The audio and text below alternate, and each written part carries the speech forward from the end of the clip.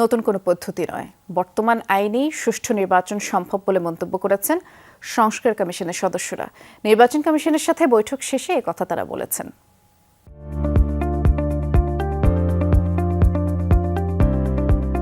আমার ব্যক্তিগত মত হচ্ছে নির্বাচন পদ্ধতির কোনো পরিবর্তনের প্রয়োজন নেই। এখানে আমাদের ফার্স্ট পাস্ট সিস্টেম, এই সিস্টেমই কার্যকর হতে পারে। এটা মানুষের এই সিস্টেমের সঙ্গে পরিচয় আছে এবং এই নতুন কোন সিস্টেমের আমার মনে করি না যে এখানে যে সমস্ত দেশে এই প্রপোর্শনাল রিপ্রেজেন্টেশন সিস্টেম আছে, এই আনুপাতিক প্রতিনিধিত্ব সিস্টেম আছে, সেই সব দেশে যে এটাকে ভালোভাবে চলছে এটাও কিন্তু মনে করবেন না। ওনার সাথে আমাদের মত বিনিময় হয়েছে এবং ওনার অভিজ্ঞতা উনি আমাদের সাথে শেয়ার করেছেন এবং আমরাও কিভাবে অগ্রসর হচ্ছি আমরা এগুলো ওনার সাথে শেয়ার করেছি এবং আমরা উৎসাহিত হয়েছি এই শুনে যে উনি আমাদেরকে বলছেন যে আমরা সঠিক পথেই আছে।